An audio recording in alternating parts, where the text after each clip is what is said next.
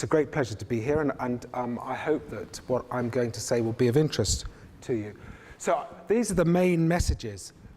So I'm going to talk about schizophrenia, but I'm also going to extend outwards from schizophrenia into other psychiatric disorders. And the messages I'm going to be giving are that schizophrenia genetics is complex, and you really must realize that in fact there are risk alleles in many genes, probably hundreds if not thousands of genes are involved in schizophrenia, maybe playing just a small part in some instances. Second, there is extensive pleiotropy. Genetic risk doesn't map onto diagnosis. It actually probably doesn't map very neatly onto the sort of units of behavior that we like to work with.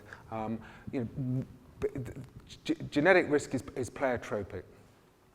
The third message is that schizophrenia is actually, I think, increasingly becoming obviously part of a spectrum of neurodevelopmental disorders, which include intellectual disability, autism, ADHD, and bipolar disorder. And I'm going to say quite a bit about psychiatric diagnosis because I think it's really important that neuroscientists understand the limitations of psychiatric classification and don't believe what psychiatrists might have been saying in the past.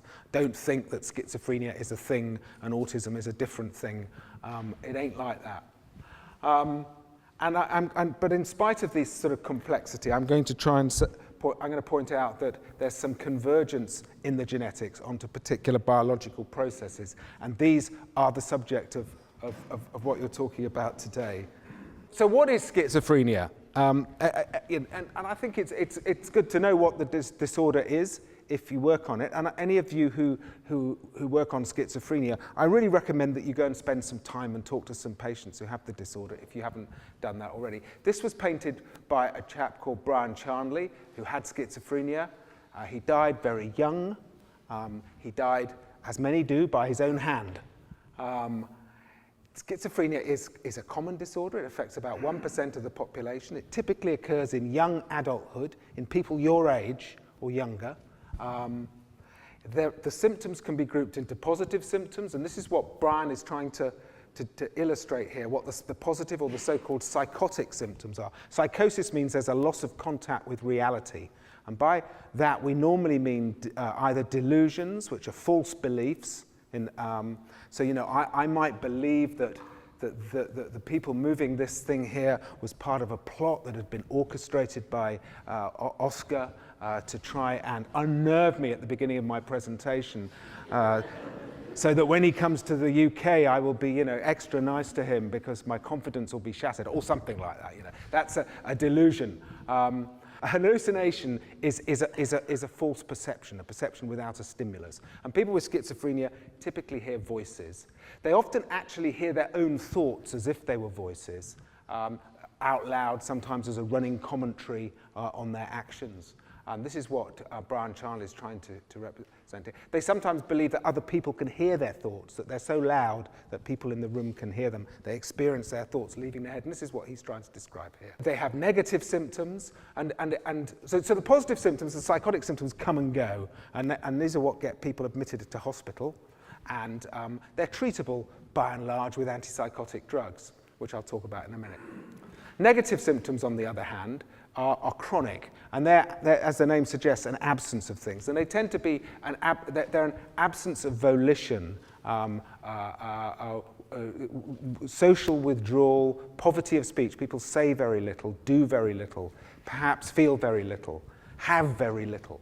And it's a very, and these are the symptoms, together with the cognitive symptoms, that mean that schizophrenia is such a disabling disorder, that most people with schizophrenia, certainly in the UK, don't have a job, many don't have a life partner, and they live kind of, it's a disorder that really affects people's ability to be part of society, to fit in with other people. It's a very complex phenotype. Many aspects of brain function are affected, and it's probably safest to assume that pretty much every single psychological function that's ever been tested shows some sort of an impairment in schizophrenia. I bet someone here can think of a reason, point out an example of that being wrong, but there's clearly impairment across a variety of domains of cognition. It's a syndrome or a collection of symptoms. There's no kind of defined boundary to the disorder. It's very heterogeneous. Two people can have schizophrenia but not share very much in common in terms of their symptoms. There's no clear-cut demarcation with normality. You might think the sort of lurid descriptions I gave of someone who's very mad indeed, but there's all gradations of insanity that go from a severely ill person to someone who never has any contact with doctors. So this is sometimes called the schizophrenia spectrum, and it's also very hard to draw clear demarcations with other disorders. We know very little about the pathophysiology.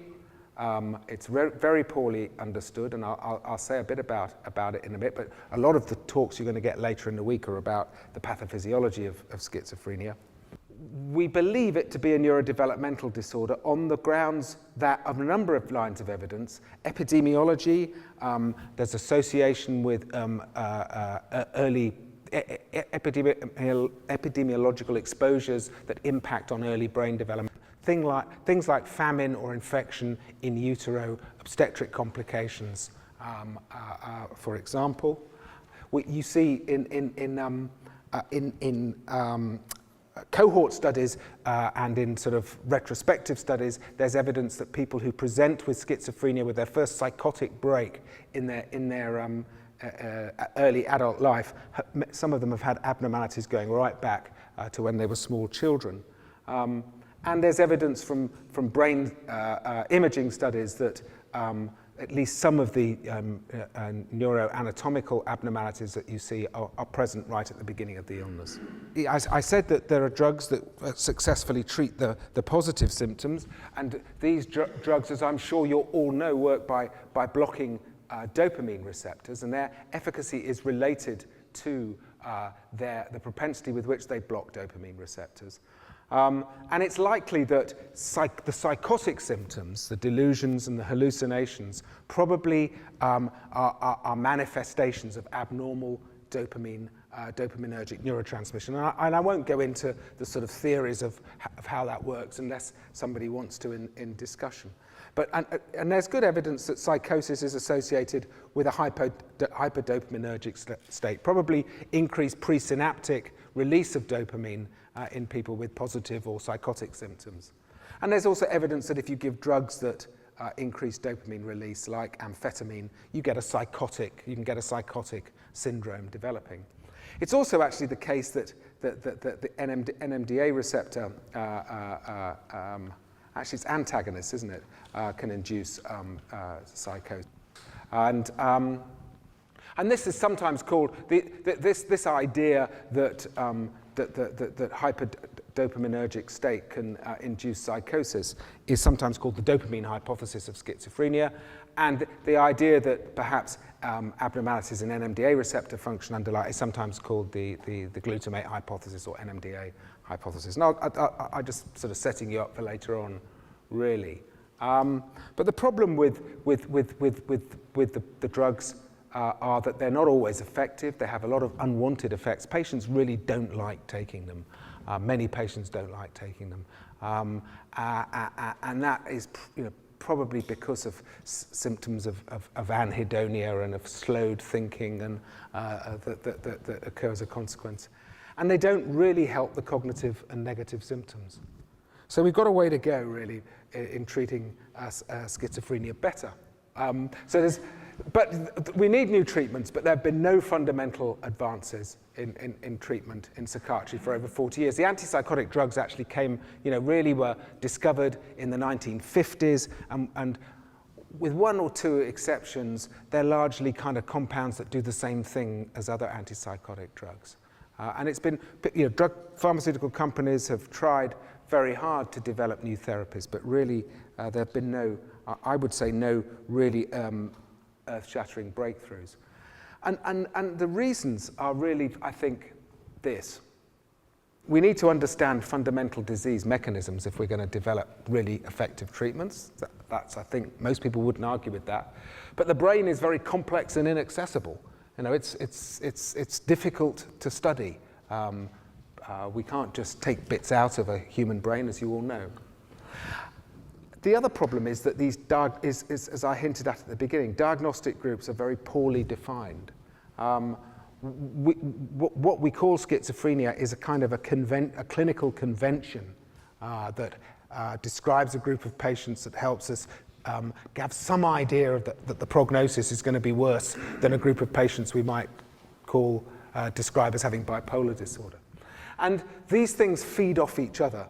You know, the fact that we don't have good diagnostic definitions or tests means that it's very hard to do clinical research without of pure groups of patients, which means it's hard to understand the pathogenesis, and that feeds back into this. So we've got this kind of, we're stuck in this kind of vicious circle, if you like. And the challenge is to break out of it. And people, in fact, a number of pharmaceutical companies have left neuroscience. Here's just a thing. Here's a thing from Nature, I think the year before last, and this was a story about drug companies pulling out. But other drug companies have decided to focus on genetics and as a means of discovering treatments. And the reason is this really, that the hope is that, and again, I think I'm probably preaching to people who are converted here, but the hope is that we can use, if we identify risk genes, we can study them in various ways in people, in imaging studies, for example, studies of cognition. We can make animal, rat or mouse or other types of animal model. We can develop cellular systems, and we can start to get into the biology of the disorders. So that's sort of the introduction, really. And so I'm going to tell you a bit now about genetics and about the genetics of schizophrenia. So there's been an awful lot of genetic epidemiology done on schizophrenia, and it's interesting. I mean, sociologically, it's quite an interesting issue. But in the 60s and 70s, 1960s and 1970s, it was a big battleground between people, psychologists, who really had come out of a sort of behavioralist tradition where they believed that you were sort of born with your mind was a blank slate that the experience wrote upon, and they,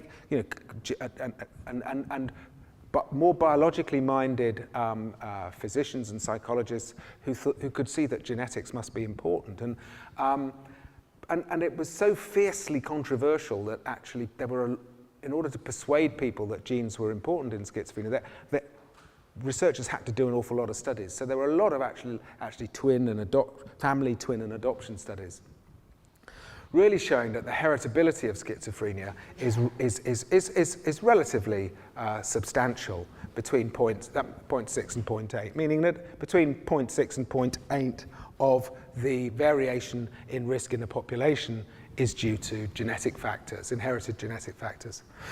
So if you have a first-degree relative with schizophrenia, your risk is about 10%, which is about tenfold up from the population risk. And this just shows the recurrence rate in different classes of relative.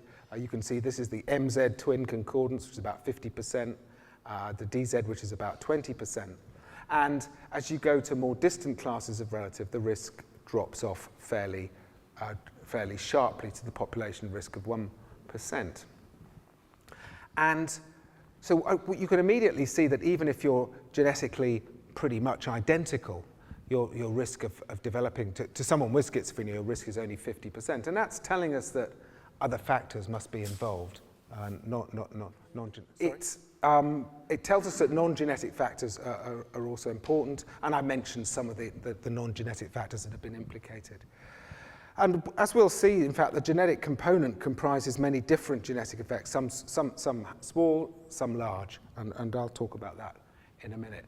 So genetics and genomics is a very technology-driven subject, really, and the reason it's taken a long time, took a long time to make advances in understanding disorders like schizophrenia has been that we've had to wait for the sort of technology that really came from the technology and knowledge that came from the Human Genome Project. And what we're able to do now is do these things called Genome-wide association studies, or GWAS studies, where we can systematically search for common risk alleles, and I'll say a bit more about those in a minute. But we can use chips, and we can get genetic data of several million single nucleotide polymorphisms that are spread across the genome, and we can also impute millions more because we know about the ancestry and the shared ancestry of different variants from more detailed studies of populations that have been done.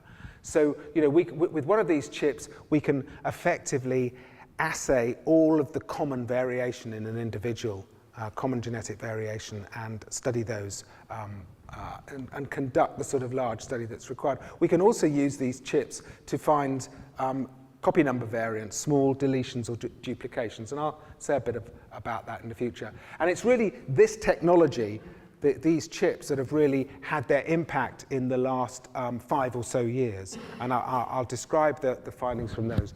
On the horizon, and just coming, I'll also mention work from using new sequencing approaches that allow you to do much more large-scale sequencing studies, either of the whole exomes, that's all a coding sequence, or whole genome sequencing. So that's where we are. And just to sort of, in case, I don't want to, many of you will know this very well, but I don't want to patronize you, but just so we're all on the same page, so these single nucleotide polymorphisms that occur, that are common, the definition of a polymorphism is entirely human and arbitrary. 1%, something that has a frequency with a minor allele frequency of greater than 1% in the population is a polymorphism. If it's rarer than that, we call it a mutation. It's as simple as that. But we're talking about common single base polymorphisms. We vary about every kilobase. There's a difference between any two of us. We're talking about these copy number variations. So here's a normal piece of chromosome, two alleles. Here's a deletion. One chromosome one copy of the chromosome is deleted for that region, and here's a duplication of the same region. And by and large, the work that's been done on these CNVs has been done on large ones that are more than 100 kilobases and are rare in the population, less than 1%. And some of the more recent work I'm going to talk about has been, again, single base changes, but rare, less than 1%, and sometimes very rare. And it's probably the case that this entire spectrum of these are mutational mechanisms impact on the risk of common diseases. And the question really is in what's the emphasis? I'm going to talk about both, in these cases of rare mutations, both inherited ones and de novo ones. So mutations occur, and then they're passed on. And when they occur for the first time, they're called de novo mutations. And we study these by getting DNA from the parents and the offspring, who, in the case of the studies we do, has the disorder. So again, many of you will have seen this thing. This is just the sort of the landscape of genetics, really. And you can, if you think about a risk allele, a susceptibility variant, call it what you will, it has two properties that you can measure. One is what we sometimes can call penetrance, or the risk conferred by having that risk allele. Is if, in the case of a Mendelian disorder, a fully penetrant Mendelian disorder, that's very high. If you have a mutation in exon 16 of the APP gene, a particular mutation, you will get Alzheimer's disease if you live to your mid-50s. That's, if you have 2 copies of the cystic fibrosis mutation, you will be born with cystic fibrosis and so on. So there's high penetrance, that's high penetrance. And the second attribute they have is that the risk allele has a frequency in the population, and it going from very rare to very common. So Mendelian disorders tend to be up here with this high penetrance but relatively rare alleles. And they're rare because natural selection does its business. It cleans out, depending on the impact on fecundity, it clears out disease alleles from the population to be replenished by new mutation. So that's down this end. Down this end, we've got more common alleles that are there in the population. And for them to be common, they can't have a very big effect on disease risk, and particularly a disorder like schizophrenia, which impacts on fecundity, and even more so things like autism, and that impacts even more on fecundity. And so we spent a long time in the sort of 80s and 90s looking around in here, hoping to find relatively common risk alleles that had quite a large effect on risk. Now, an example would be the ApoE4 variant that confers risk of Alzheimer's disease. But by and large, these are fairly atypical. They're very unusual. There are few examples. What the new technology gives us is the ability to look along here through the CNVs, that rare, relatively high penetrance mutations. Sequencing will enable us to explore here as well.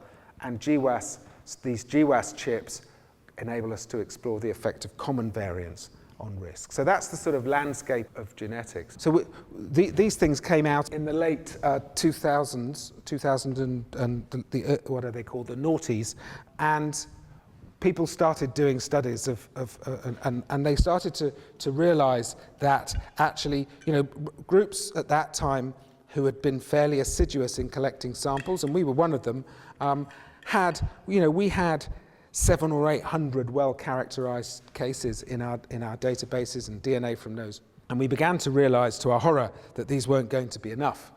And the reason they weren't going to be enough is that the risk conferred by these common alleles is very small indeed. So in order to detect a difference, you have to have, in an individual SNP, you have to have a very large sample. And there's another reason you need a very large sample.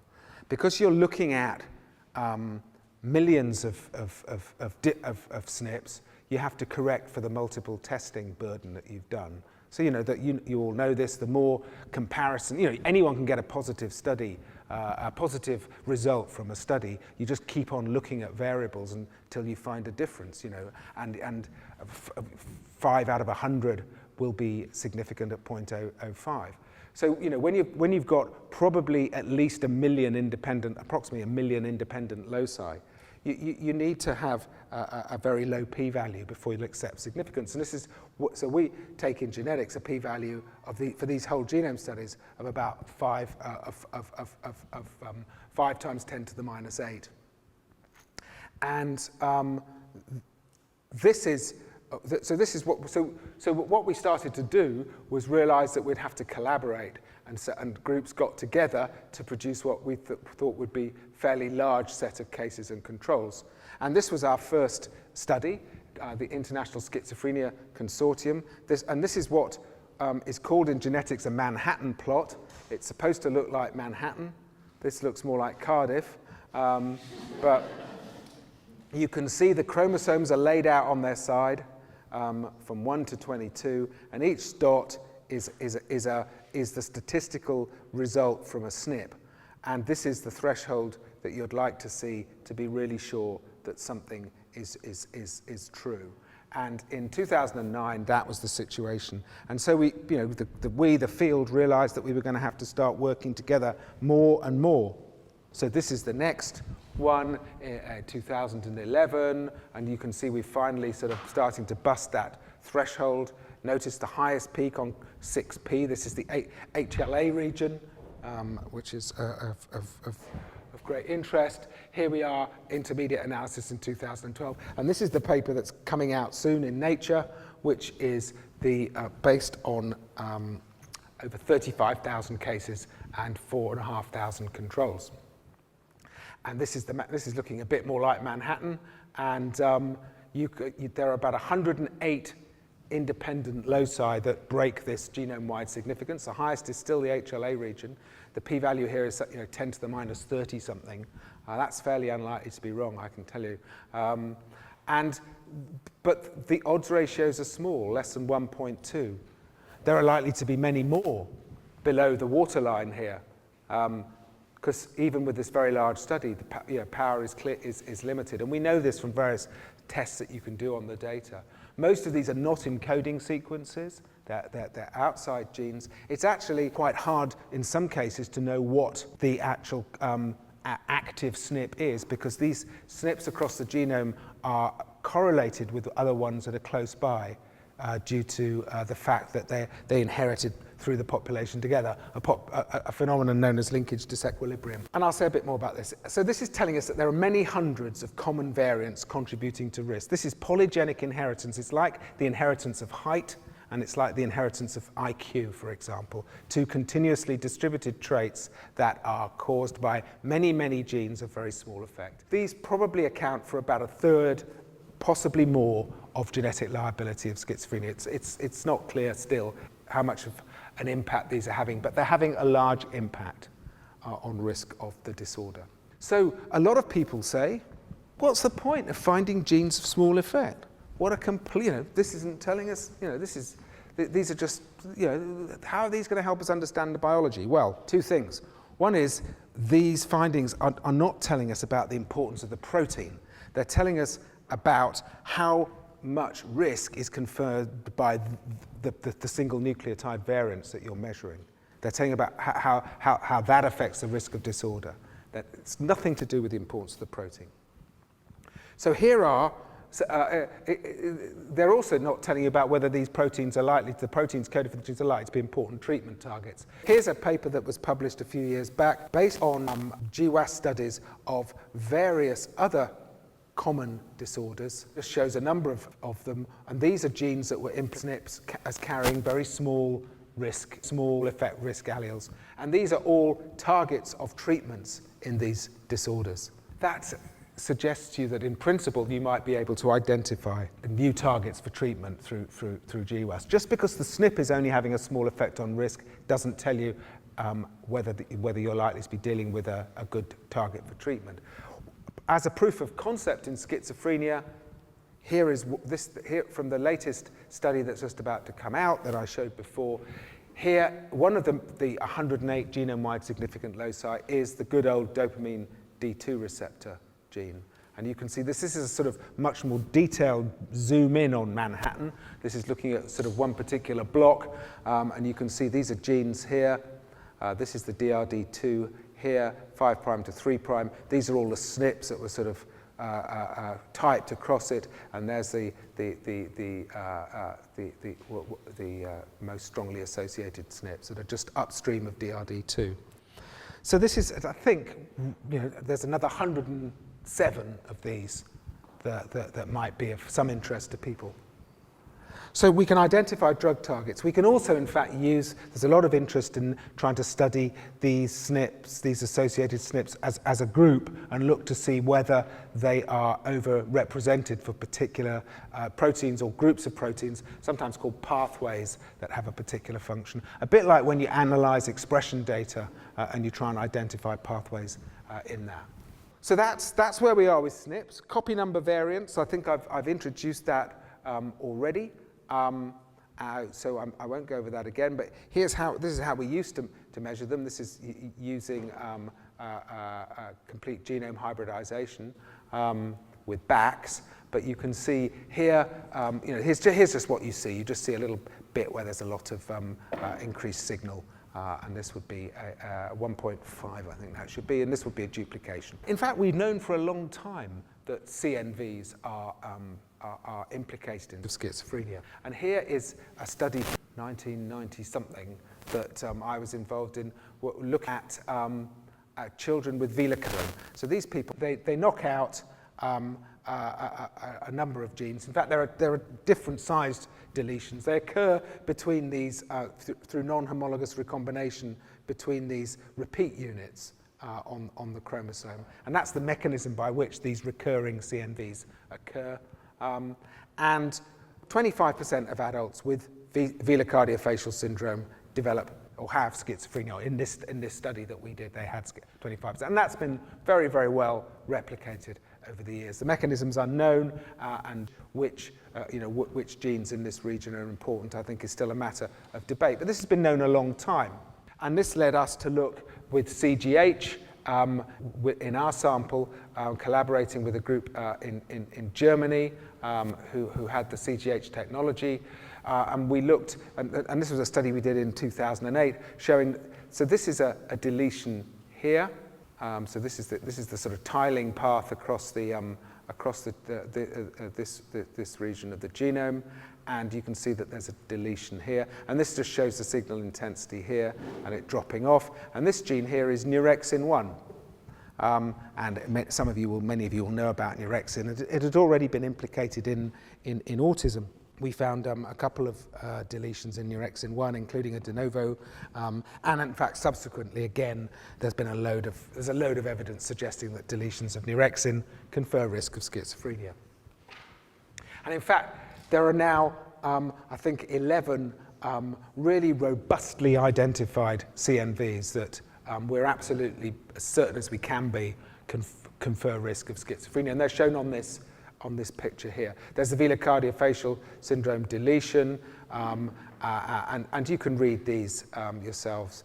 There's the neurexin one, and the penetrance is shown. And we've done a pretty large study of these now and reckon that about 2.5% of schizophrenia carry one of these things. That doesn't mean it's causal in that case, but it's contributing to the risk. It's very likely that rarer ones, perhaps almost unique ones, are playing an even bigger role in the population, but it's much harder to prove those. We can prove these because they recur because of these low copy repeats, and we can, although they're rare, there are sufficient of them to do statistically powered studies to prove. So this is really what the genetics is looking like. Yeah, this is a bit out of date, but my technical skills don't, I have to wait for a postdoc to make a better one for me, because my technical skills don't extend in this far enough in this direction. But this shows so this is the same as this curve, the same as this graph really, and this shows that we've got all the risk alleles at the time. There are now 108 of these red dots. We can also use various statistical approaches to show that there's a sort of activity below the genome-wide significance level. I'll mention that again later. So this is where the polygenic inheritance, and these are the CNVs up here. And it's likely that this delineates the space in which these risk alleles will occur, and the pressure down on this is really coming from natural selection that is stopping schizophrenia risk, finding them out of this region. So how's everyone doing? It's late, isn't it? And you've all had wine. I haven't had wine, you see, so that's why I'm a lot more awake than you are. So how do genetic findings map onto current diagnoses? Well, I've given you a clue about this. I'll speed up a bit because I think we're going to have some people virtually comatose by the end of this. But we don't have objective measures to use when we define psychiatric disorders, and these things are largely, we use these manuals, DSM in the States, the ICD in Europe, and they've been tremendously good at getting psychiatrists to agree with each other. So their reliability is very high, and we needed them. But their validity, the extent to which these diagnoses actually kind of delineate biological processes or disease processes is not good at all. I've really dealt with this issue. And the genetics is really, people used to think, well, genetics is one of the things that supports it. If you do small and underpowered family studies, you demonstrate that there's a recurrence risk in relatives for schizophrenia, but not other psychiatric disorders, your question just now. But when you do larger studies, you begin to see that other disorders are overrepresented as well, particularly bipolar disorder. This is a large family. I'm not going to go through the data in detail, but you can look it up from the Swedish registered risk between schizophrenia and bipolar disorder. And in fact, there's overlap of specific alleles. So this gene, CACNA1C, which encodes voltagegated calcium channel. Again, many of you will know about this gene, and I'm going to talk a bit more about this later on in the night. This occurs risk was discovered as a risk allele for bipolar disorder, but also confers risk to schizophrenia and to depression. And in fact, you can also measure the effect of these sort of alleles en masse. And there are various ways of doing that. And if you do that, you can demonstrate that there's co-heritability between different psychiatric disorders. So these common alleles don't breed true. Oh no, this is from the paper that's just coming out. So this looks at, takes the 108 loci that were found to be associated with SNPs and asks the question, well, are these genes, are they overrepresented for de novo mutations? De novo mutations are thought to be particularly likely to be pathogenic because they haven't been subject to natural selection by that time. So they're enriched for very highly pathogenic mutations. So we asked the question: out of these, are these genes enriched for mutations, de novo mutations in schizophrenia, intellectual disability, autism, or control individuals? So the genes are defined by the GWAS. We're looking in these different data sets, and we find that there's enrichment of de novos in schizophrenia trios, in intellectual disability trios, and autism trios, but not controls. So this is telling us two things: that that you're getting that but some genes have both rare and common risk alleles associated with them. That's not necessarily terribly surprising, but it's quite interesting. And it's also supporting the idea that's relevant to this part of the talk that that there's evidence for shared genetic risk going across disorders. In this case, not from schizophrenia to bipolar disorder, which really didn't surprise any psychiatrist who's spends his time diagnosing schizoaffective disorder, which is what we do when we can't decide which to call it. So, but this is going across schizophrenia to intellectual disability to autism, that there's shared genetic risk across disorders. And this is supporting that. And this was really, I think, the most interesting finding to come out of the CNVs. So this shows the same CNVs that I showed before, and the risk for schizophrenia in red. In blue, you can see the risk that they confer for other childhood neurodevelopmental disorders, intellectual disability, developmental delay, and autism spectrum disorder. This actually includes congenital malformations as well, but it doesn't make a lot of difference. Basically, these CNVs, as well as conferring risk for schizophrenia, give the carriers have a high risk of autism or of intellectual disability, in fact epilepsy as well, suggesting that all of these neurodevelopmental disorders can result from similar etiological agents, in this case genetic agents. The genetics isn't completely, doesn't ride completely roughshod over diagnoses, and in fact this is a study that we did comparing the schizophrenia and bipolar disorder for these large, rare CNVs. And this shows controls, 2,000 controls. These are total CNVs, number of duplications, number of deletions. This is schizophrenia. And you can see that there's more of both types of CNV in schizophrenia. And this is bipolar disorder, measured in exactly the same way. And actually, there's some evidence that, well, bipolar is actually significantly less than schizophrenia and possibly slightly less than the control population.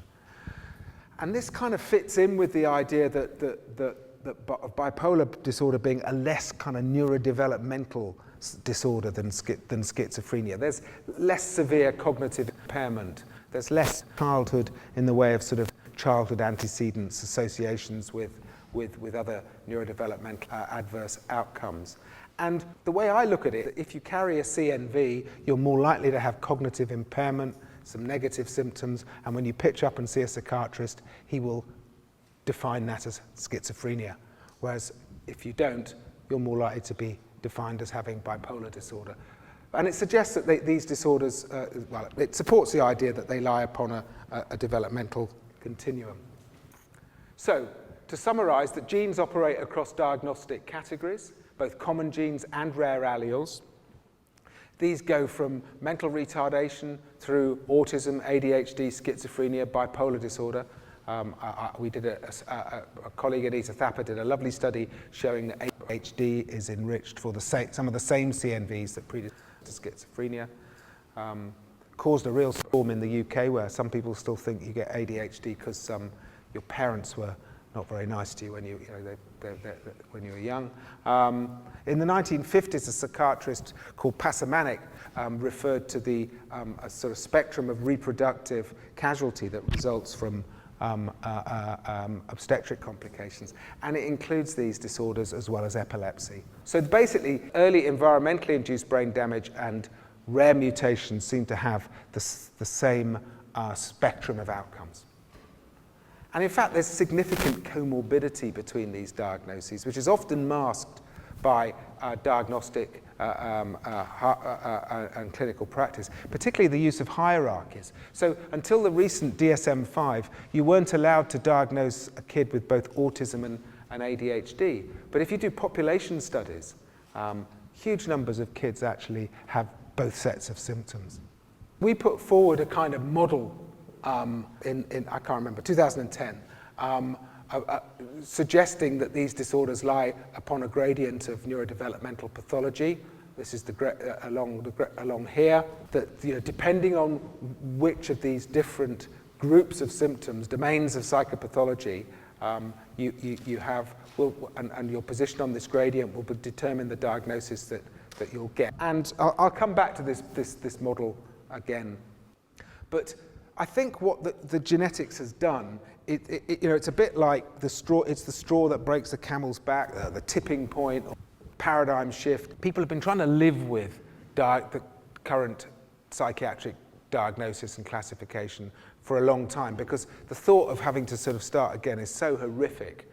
But actually, I think the genetics has finally made people realize that actually, guys, we've got to come up with better ways of dealing with and describing psychiatric disorders for research.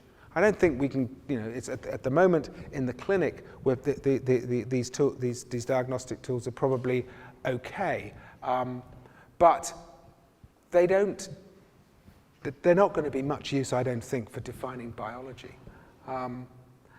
And they don't have any biological validity, and I think you can make a really pretty good case that they're impeding progress. And there's a lot of interest now that the clinical neuroscience should focus on domains of psychopathology, probably continuous measures and things called endophenotypes. And this has been really put into practice, actioned by Tom Insel in the States, who's the director of NIMH, and who in his blog, I think it was last year, said, or early this year, that NIMH would be, no, it was last year, would be reorienting its research away from the use of DSM categories. It used to be that you couldn't get a grant without using DSM or ICD. I mean, if you applied for a grant to NIMH with no diagnostic categories, it would have been flying back out of the window as soon as the day you submitted it. But now, this is changing. And they want, they're trying to encourage people looking across diagnostic categories or subdividing categories and focusing on more direct measures of underlying disturbed brain function. This is a slide I got from Bruce Cuthbert. Actually, one of the problems and this is called RDoC, the Research Domains Criteria. One of the problems is it's quite, they produce these figures to describe it, which are really rather unhelpful. I don't know if you've seen these huge tables with nothing in them. And anyway, he sent me this. But the idea is that instead of basing your study on comparing one set of patients defined by DSM with a diagnosis, say schizophrenia, with a set of controls or another diagnosis, you're going to actually have to do some work to try and identify more measures that are more directly accessing underlying brain function. And I won't go through this in great detail, but these are sometimes have been called endophenotypes or intermediate phenotypes. And I think this is going to really change the way that clinical neuroscience is practiced. There's still quite a lot of resistance, and people are very resistant to change. My own view is that this, although I'm very glad I'm not in the States and having to try it out, it's a very brave experiment, but it is very controversial. Let's move on to the next bit of the talk, which is what about the biology? So I'm going to talk about rare mutations, and I'm going to talk about de novo mutations. And we've done 2 studies of de novo mutations in the past few years, and I'm going to follow convention by putting a ridiculous amount of emphasis on my own work to illustrate these things. But actually, these have been the largest study of de novo mutations in schizophrenia, some of the earliest. And so what we're doing here, this is an inherited mutation. This is a de novo mutation. We collected some time ago quite a large sample of trios. We call these trios, parent-proband trios, from Bulgaria. Don't ask me why I collect them from Bulgaria, but I have a Bulgarian colleague in my department, so that's a clue. It was really very a successful collaboration. And what we've done is we've looked to see these mutations. Remember I said not yet, de novo mutation hasn't had natural selection operating on it, so they're going to be enriched for more, this is the logic, enriched for more pathogenic events. And we've published 2 papers, one looking at copy number variant CNV de novos, and more recently a paper using a whole exome sequencing looking at single nucleotide variants. And the results are remarkably convergent. And what we did in this, we looked at to see whether these de novo mutations were randomly distributed or not. And we did these gene set analyses, and we were particularly interested in looking at the synaptic proteome because we had access through Andrew Pocklington, who works in our department, and Seth Grant, to gene sets that had been curated from proteomic studies of the synapse. And we had sets of proteins from presynaptic sets, postsynaptic sets, particularly in relation to the NMDA receptor, the ARC protein, and various other postsynaptic density sets of proteins. And our results showed that these de novo mutations are cluster in the postsynaptic density. And this is so, for example, this is the study that we did in of CNVs. The most, if we just did a sort of study of all Go categories and looked to see, we found that the most significant one was the synapse. The postsynaptic density was a p of 10 to the minus 5, and the NMDA receptor complex and an ARC complex were also highly statistically significant. And if we took these out, the signal from these and these was no longer statistically significant, apart from a small signal from the presynaptic, one of the presynaptic gene sets.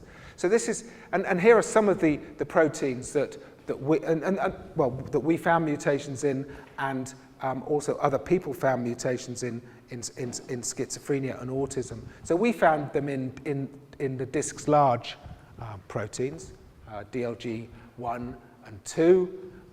We found them in DLG-associated protein, DLG gap, for example. We found a number in CYFIP1 here, which binds to the fragile FMRP, and in other in genes encoding a variety of other proteins that are involved in the postsynaptic density. And in our study of single nucleotide variants from exome sequencing, so we didn't. So in the CNV study, we found that CNVs that there were more de novos in schizophrenia than in controls. We weren't able to show that there was an increased rate of de novo mutations in the exome sequencing study of these SNVs, but we found that the same ARC and NMDAR sets were enriched. And in fact, in a study that was published alongside of this, that was a case control exome sequencing study from Sean Purcell, and they found that these same gene sets also enriched in their case control study, as were in our study and their study targets of FMRP. So this is And this just puts our two studies side by side, and again, it's just repetitive, I think. But we're seeing, postsynaptic density, ARC, NMDA are enriched, and you can see if you're interested in what these genes are. They're in both the papers that were published in Nature and Molecular Psychiatry, and there's extensive supplementary material. You can find what the individual mutations were and exactly where they are and so forth. So it's all there for people who are interested. So the other thing that we found in our CNV study was we looked to see whether the mutations that we found in schizophrenia were also found as de novo mutations in autism and intellectual disability. And we found there was considerable overlap between the genes that contain de novo single nucleotide variants. And this was statistically significant. These are loss of function de novo mutations. The schizophrenia de novos were enriched in autism and intellectual disability genes. And we found actually that the genes and mutation sites were most highly conserved along a gradient going from intellectual disability to autism to schizophrenia, supporting this gradient of neurodevelopmental impairment idea. So this actually looks amongst the patients with schizophrenia, and this is how, these are the Bulgarian school grades. So all of these people were at school. They weren't severely mentally retarded or didn't have severe intellectual disability. But these are grades 6 and 5 are the higher grades, these are the lower grades. And these are the percentage of individuals with the de novo loss of function mutation. And these are statistically enriched in the more intellectually impaired patients with schizophrenia. So, and again, that kind of makes sense, at least it does to me. And fits in with the idea that schizophrenia is on this gradient, and there's a more severe end where there's more likely to be a greater burden of disruptive mutations. And evidence for shared biology between the schizophrenia trios, the autism and intellectual disability. These just show the enrichment for the different protein sets. It's not perfect. The overlap isn't. There are differences, and again, that's probably not terribly surprising. But and particularly that we didn't see an enrichment in ARC in autism in this study. So common alleles, again, there's been some early studies looking at gene sets in these SNP studies, and I think, but to be honest, I think that those studies still. There's still more work to be done on that. But there is support for the glutamate hypothesis from the PGC study. Here are another 3 of the 108 genome-wide significant ones. So these are all related to glutamatergic function. Voltage-gated calcium channels came out again. This is CACNA1C.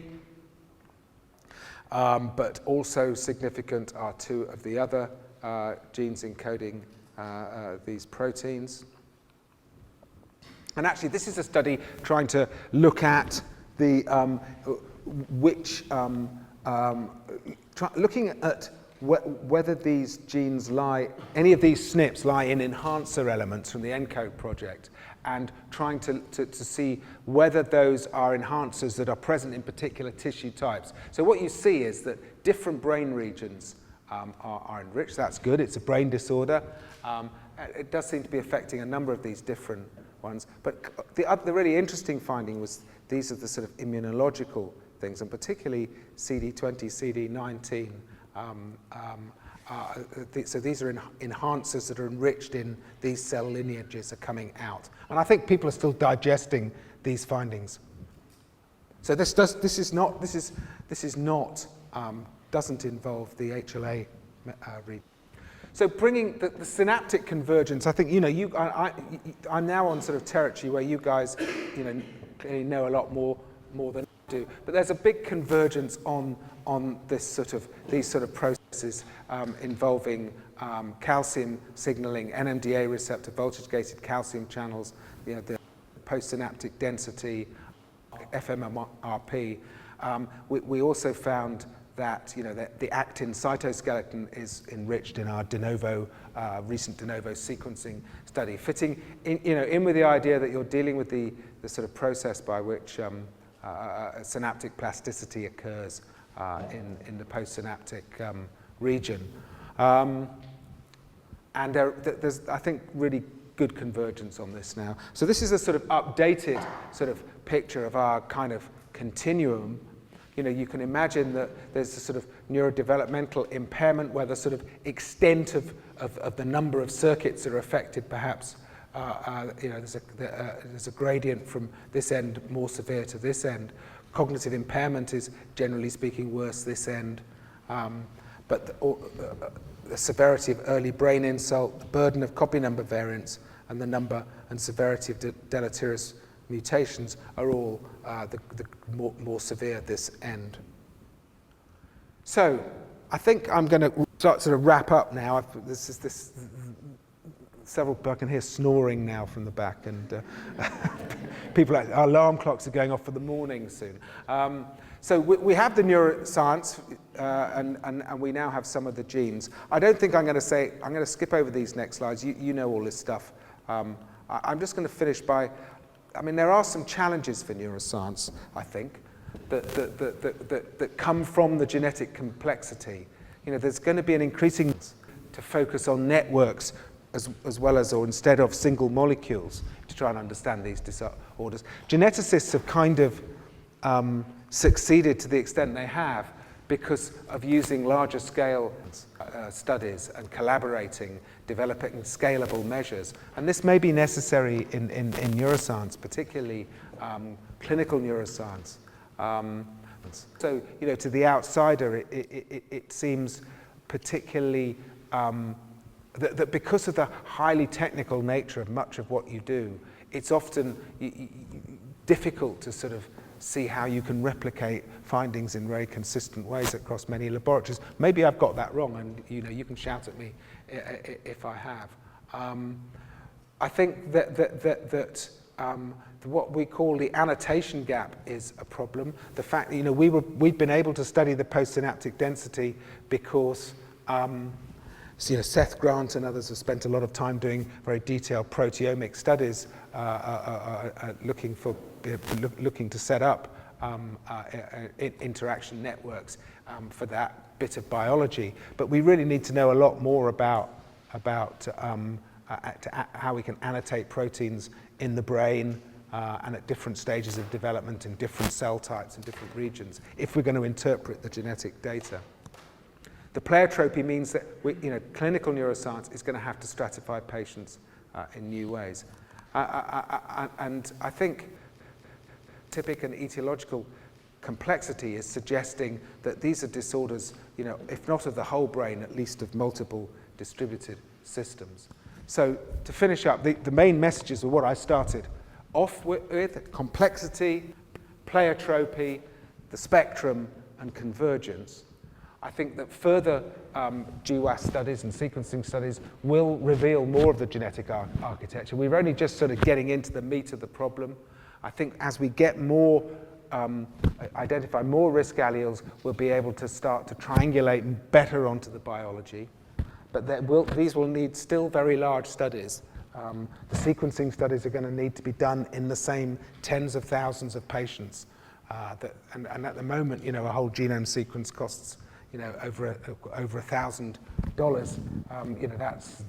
the prices are going to have to come down. But I do think that the current data we've got serves as a very robust starting point for mechanistic studies by people like you. And I think that, people like me, I'd like to end by saying that people like me who've slaved away for 20 years, haven't had a glass of wine with their dinner, have provided a lot of genes for you guys to work on for your careers. And I hope you'll have a very good time. So thank you.